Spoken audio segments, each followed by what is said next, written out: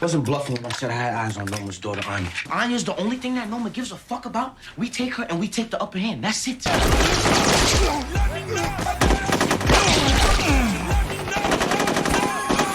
Put 100,000 on Tariq and Brayden's heads. Spread the word. Get the fuck out of New York. Noma put 100K on your head. 100K? Each. I have a few questions about green cards for the Okeke family. You don't want to do this. Now, you know your Aunt Angela was the worst fucking thing that ever happened to my dad. Now, obviously, he wasn't too good for her either. Or for you. My son, Junior, he was murdered. He was investigating Tariq St. Patrick and other dealers. They killed him. I got you. I will nail whoever took your son. I promise you.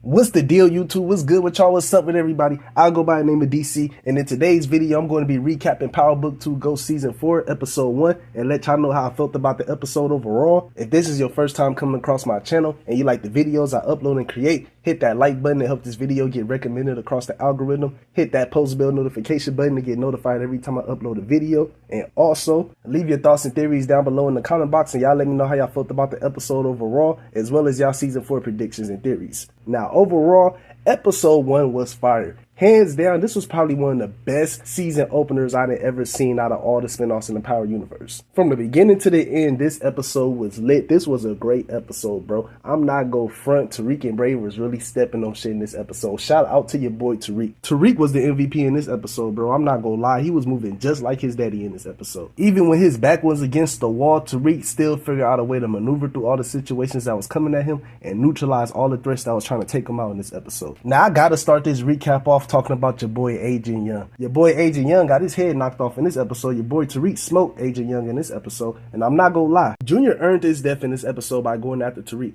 because everybody was telling Junior to leave this situation alone and do not go after Tariq in this episode. The first person that told him in this episode to leave this Tariq situation alone was your girl Blanca, and we all know Blanca does not like the St. Patrick family for shit. And if she's standing down, then that should have been a sign for Junior to stand down and not go after Tariq. And honestly, after watching episode 1, I don't think we're going to see more of Blanca's character in season 4, to be honest, because it was revealed in this episode that Jenny Sullivan decided to leave New York City, I believe, and go chase after mob guys. And with them mentioning that Jenny Sullivan is now going after mob guys, I would not be surprised if we see her cross over to Chicago and start going after your boy Tommy Egan. But right after this conversation that Junior had with Blanca, Junior went to go meet up with his mom Paz in this episode and let his mom know that he's trying to apprehend Tariq, and even his mama told him not to go after Tariq. She got pissed off when Junior told her this, because she already know the history of the St. Patrick family, and she knows anybody that tries to go after them ends up dead, and she does not want this to happen to Junior. She done already lost her sister because of the St. Patrick family,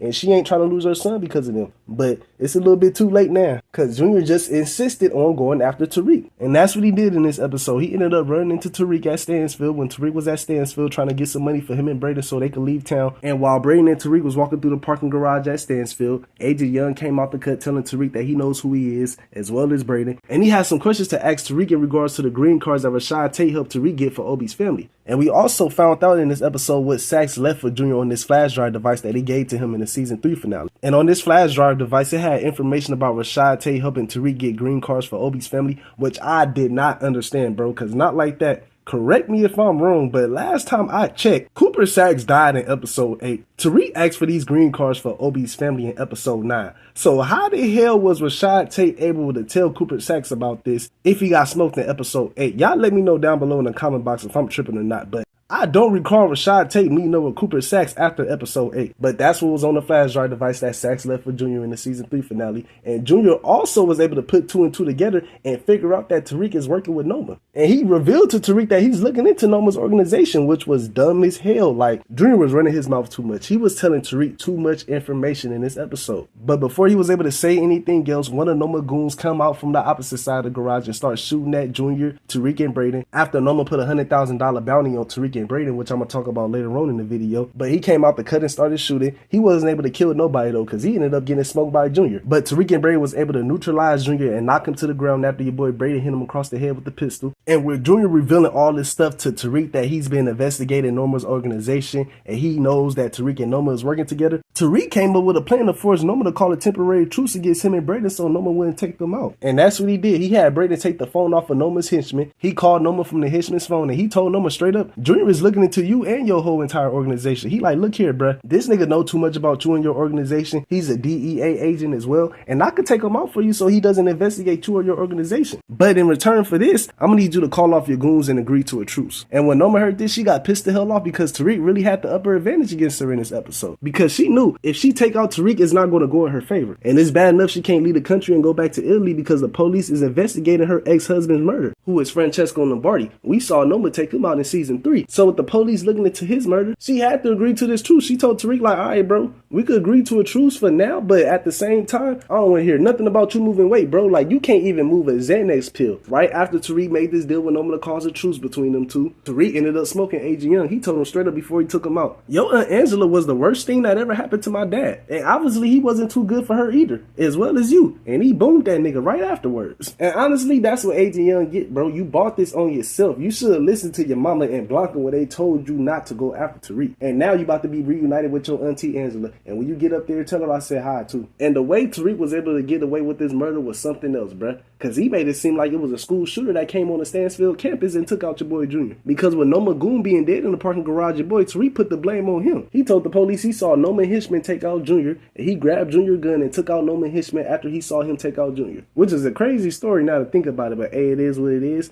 It got your boy Tariq off the hook for now, but I do believe in future episodes of Power, he might get caught up for this. Because at the end of the episode, we got introduced to Don Carter character in this episode, and we also found out at the end of the episode as well that Don Carter and Paz know each other. Because Paz showed up to the church where Don Carter was at, and she told Don Carter about Junior being taken out, and she believes Tariq has something to do with it. She told Don she doesn't believe the whole school shooter situation because Junior told her that he was looking into Tariq, and she believed Tariq has something to do with her son's murder. And Don told her he'll look out for her and figure out who was the person that took out Junior. And I cannot wait to see what's next for your boy Don Carter in these next upcoming episodes of Power, because it seems like he about to be on bullshit when it comes to him trying to apprehend Tariq. I don't know if y'all watched the episode 2 trailer or not, but he told Tariq he know what he did and he ain't gonna stop at nothing until he take him down. So I can't wait to see what's next for his character in future episodes of Power, because I do believe he's gonna cause a whole lot of issues for Tariq as well as the Tejadas, and most likely Noma and her organization if we being honest about it. And speaking of Noma and her organization, in this episode, we saw Tariq and Brayden take the fight to Noma and her organization in this episode. Tariq came up with a plan to try to kidnap Noma's daughter Anya in this episode, and that's what him and Brayden tried to do in this episode. They tried to kidnap Anya's daughter when she was trying to leave New York City. So when Tariq and Brayden got to Noma's airport hangar, and they realized that it was more soldiers than they expected, but Tariq didn't care about that. He like, bro, we just gonna have to outsmart them. And that's what they did in this episode. Tariq ended up sending a decoy car down the runway, and everybody started shooting at that decoy car, assuming that Tariq and Brayden was inside of it, but they wasn't. Tariq and Brayden came from the opposite side of the airport hangar and they started smoking everybody in Noma's organization. But right after this shootout, Noma's daughter ended up getting away. Noma got pissed off about this and she put $100,000 on Tariq and Brayden here. And I'm not gonna lie, Noma was wilding out putting 100 bands on my boy Tariq head. Like, damn, you that desperate to try to take out Tariq? But it is what it is. But right after this, Obi tried to have a conversation with Noma and try to convince Noma to let him help her out. Well, he was really pushing up on Noma if you ask me, because he started kissing her hand and some more shit. She slapped the hell out that nigga when she realized that he was pushing up on her, which was funny. I'm not gonna lie, this scene had me rolling. Noma smacked fire out that boy. But right after this conversation that Noma had with Obi, Anya ended up showing up to Noma's house trying to figure out what's going on. She telling her mom like, look bro, you just tried to get me out of town, telling me that it's not safe for me to be in New York City, and then you pulled me off the runway telling me I need to come back to your house. Like, what's up? And Noma was telling Anya that she's just trying to make sure that she's safe due to the whole situation that happened with her father being taken out. And Anya low-key wasn't trying to hear any of that shit that Noma had to say. She knew that Noma was lying. She like, bruh, it's something you not telling me. My father wouldn't want me living in fear. Like, tell me what's going on. And Noma told Anya they had a possible threat that was after them, but she ain't tell Anya the full truth, and Anya got pissed off about this. And honestly, bro, I'm gonna say this right now. I would not be surprised if we see a parallel to the OG Power where we see Anya take out her mother. Because after watching this episode, bro, I could just tell this storyline between Noma and her daughter Anya possibly might be a parallel storyline to the OG Power with Tariq and Ghost and Kane, because we all know Kane used Tariq to manipulate Tariq to go against his dad. And with Tariq Tariq and Anya hooking up with each other this season, which is going to happen, I believe Tariq might use this same tactic to try to manipulate Noma daughter to go against her. I would not be surprised if that happens because Anya just wants to know the truth about what her mom is involved in. And Tariq wanted the same thing when it came to Ghost and the stuff that he got going on. So I would not be surprised if we see this parallel happen in season 4. It's really looking like Anya don't rock with her mama like that. I'm just being honest with y'all. It seemed like she don't fuck with Noma like that. And I believe Noma's going to have a hard time trying to keep her daughter under control in season 4. Now, moving on to the Tejada family. In this episode, we saw Monet make a full recovery in this episode after she was shot in the season 3 finale by Tasha. And at first, it wasn't looking good for your girl Monet. It was not looking good for her at all. Throughout this entire episode, she was in surgery fighting for her life. And what was funny about this as well, we saw the ghost of Lorenzo and Mecca. And boy, when I tell y'all they was talking a lot of shit to your girl Monet, I'm not gonna front. This scene had me rolling. Mecca called Monet the B word at least 5 times. He just kept saying, this.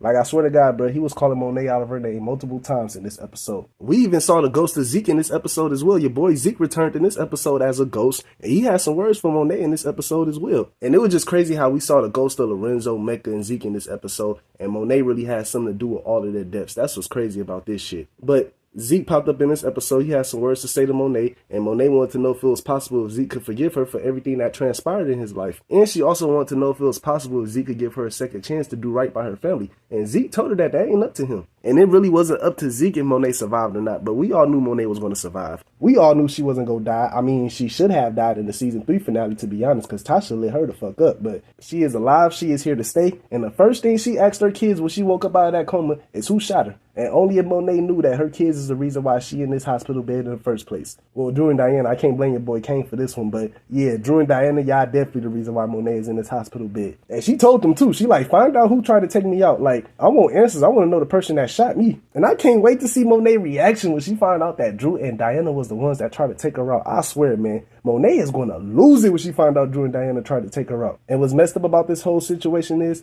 Drew and Diana was trying their hardest to cover this up. They was trying their hardest to cover this up throughout the episode. Diana and Drew kidnapped Brayden's sister Becca to try to lure Tariq and Brayden to Pier 90 so they could take Tariq to Noma so Noma could take them out so Monet won't find out that Drew and Diana was the ones that tried to take her out. And honestly, I can't even say that Drew and Diana kidnapped Brayden's sister, to be honest, because not like that, but they didn't hold her at gunpoint or nothing like that. They just told her that Brayden was in trouble and Brayden sent them there to get her so they could take her to Brayden. And Becca decided to follow behind them and go with them. So not like that, but I can't consider this a kidnapping. But while Drew was at Pier 90 by himself waiting for Tariq and Brayden to show up because Diana decided to get out before they got to Pier 90 to go check on Monet because the hospital called Diana to let her know that her mom not doing good and she need to come to the hospital. So it was just Drew and Becca at Pier 90 by themselves. And Becca was getting suspicious. She like, bruh, where Brayden at? Like, I don't know what's going on. Maybe I should call my dad to let him know what's going on. And the next thing you know, your boy Drew tried to snatch Becca's phone out her hand. And the next thing you know, she pepper sprayed the hell out of Drew, which was good on her end because I'm not gonna lie, I was rolling when I saw your boy Drew get pepper sprayed. I find it entertaining when Drew be getting his ass whooped by somebody, or when somebody is able to get the upper advantage against him. So this scene definitely had me rolling. So while Becca was trying to escape, Brayden showed up to Pier 90 to save his sister. Brayden and Becca ended up getting pinned down in the corner, which could have led to them getting taken out by Drew. But the next thing you know, your boy Tariq come from the cut and crashed his truck into Drew's car. And I'm not gonna lie,